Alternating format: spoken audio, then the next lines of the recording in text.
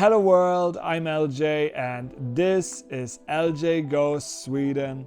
Happy New Year to everyone who is here watching my Tesla content. Today it is time to talk about Tesla in 2026 and especially why I think this is a make it or break it year for Tesla.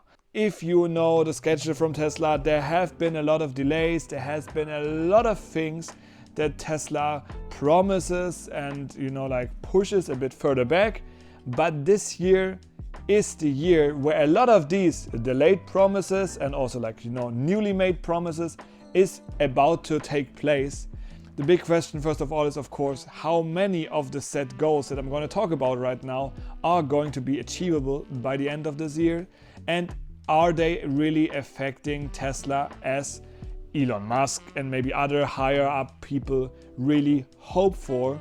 Because if you're in the Tesla space, you know the sales of the vehicles have been dropping, especially in Europe, very, very massively. Also outside, of course, the competition is growing. And now even in Europe, the cheaper cars from Volkswagen, from Kia, they are all slowly getting rolled out. So Tesla is going to lose this market as well.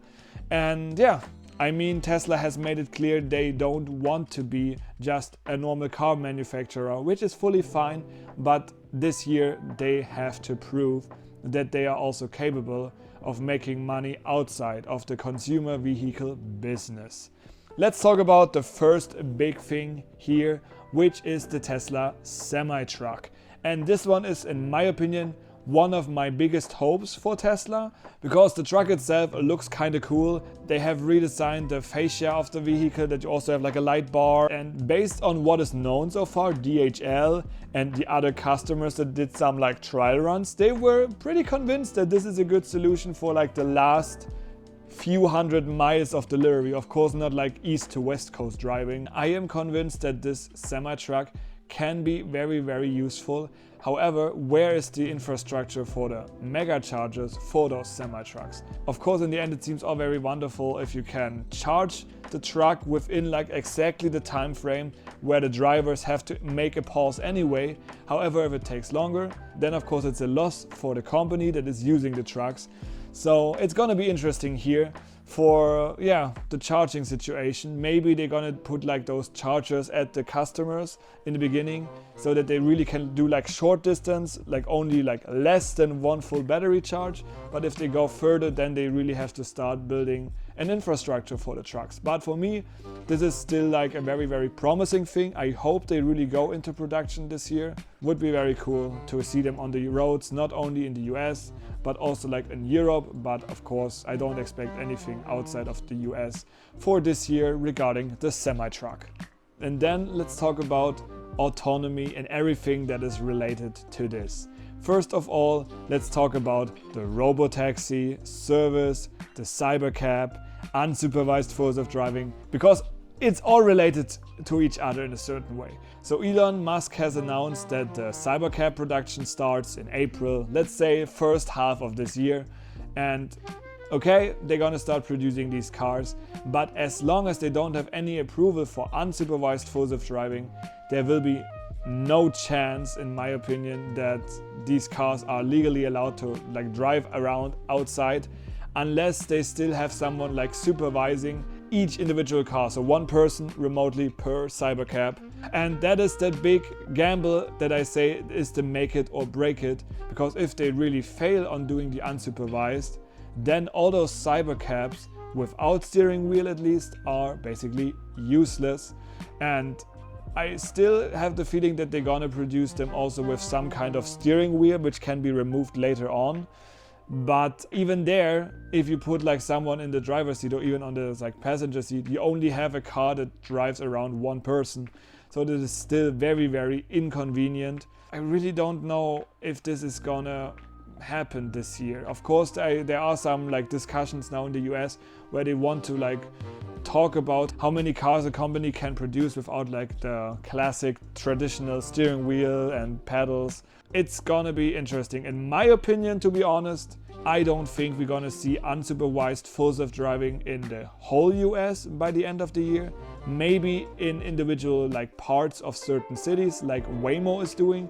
Even with the Cybercab, I think that is gonna happen, but it's gonna be very, very limited and not in a lot of cities. I think the robotaxi service like we know with the Model Y, that's coming up for more cities for sure, but just the Cybercab itself is gonna be a gimmick this year, maybe like in the Texas area, like Austin, or other states where the regulations regarding autonomy are like not as strict as in California, New York, or other like states. I'm not really into the laws there. It's gonna be a gimmick in my opinion.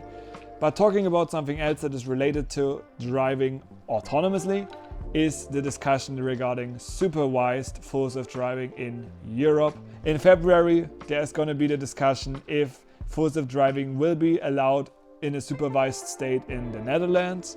I really hold my thumbs that this is going to happen, because in my opinion, locking away a supervised assistance feature is just stupid, to be honest, because still the driver is fully in charge. It is not any like recommendation that people can fall asleep or do like any like, you know, check their phones. I mean, what the US is doing, we don't talk about this like, you know, like with the you're allowed to text and drive. But I mean in Europe, just do it, put some stricter regulations on there, even if they say like, okay, you have to have one hand on the steering wheel. It's not convenient, but it makes sense, at least as long as they give this supervised full self-driving to Europe. Of course, February is only the Netherlands. If they approve it, I actually see higher chances that not the whole European Union, but like a few other countries will approve it by the end of the year. I don't think that the whole European Union is going to have it by the end of the year, maybe next year. But if the Netherlands, however, declines this trial for full self-driving, then I see really low chance that supervised full self-driving is coming to Europe the next 2-3 years. Maybe it's even more likely that unsupervised full self-driving will be coming, you know, like in 5 years than supervised full self-driving. If Europe would be like the highest market for Tesla right now, then of course it would fully make sense that they really would push this software even on there, not only to sell, you know, like full self-driving either on a subscription base or like on a vehicle price base. I hold my thumbs that the Netherlands will approve this, because it seems really reasonable, and it is also necessary to collect more data in Europe because it is such a different driving situation. And not only like when you say Europe is not one thing, it's like multiple different countries, multiple different ways of driving. I have just witnessed myself a vacation in Greece where the driving is way more messy, way more chaotic than driving in Sweden or Germany. So yeah, even there are tweaks needed to make them like working better. Is there anything else that I predict for unsupervised autonomy? I don't think we're gonna have crazy progress outside of the US this year, because it doesn't make too much sense right now for Tesla to put like their efforts into different areas right now with unsupervised, at least. Focus on the US, make it work there, and then you can slowly continue at different locations, countries, or even continents like Australia. Yeah, but I think that is all that just comes to mind that I wanted to say regarding the autonomy space. Next, that is definitely on my list here, however, that is also somewhat related to the AI approach, is of course Optimus. Elon said they're gonna do like some slow ramp up first, like internally in the production, building cars or helping somewhere else. That is one thing that I really want to say that I also thought about lately a bit more, is the whole like Optimus. And to be honest, I really have the feeling that I am more on the skepticism side here for the Optimus. Not that I would not love the idea that it would work. I would truly love to have a robot that I can interact with, that can do everything. Very simple task, of course, first. But I think this is so far still ahead in the future that I don't know, I would give it like 15 years or something, because in my like very simple thinking, but still I have studied physics and things, but on a simple base, when someone tells me the AI model for an autonomous vehicle has like only a few individual outputs, you know, like one output for the steering wheel, one output for the gas, and one output for the brake, and maybe like a few different like other ones. You can basically count them with two hands, the outputs that an autonomous vehicle needs, and they are countable. However, when you now do the same approach for like an Optimus robot, how many outputs are needed for this robot?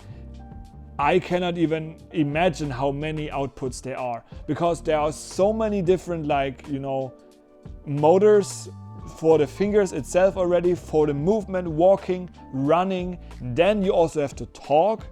The robot has so many outputs, like so many degrees of freedom, which the AI has to decide on, that in my opinion, it is possible, but it takes so much time, so much computing power, and there are so many like unknowns so far that this just seems very, very unlikely to happen within the next years. And if Tesla says they're gonna do like a few robots like in their own production, I could imagine them doing this.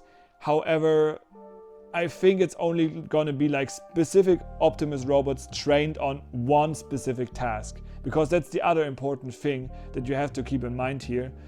For Tesla vehicles, for the Model 3, Model Y and all the others, they had a long history of gathering data of human driving the cars with the perfect camera setups and everything.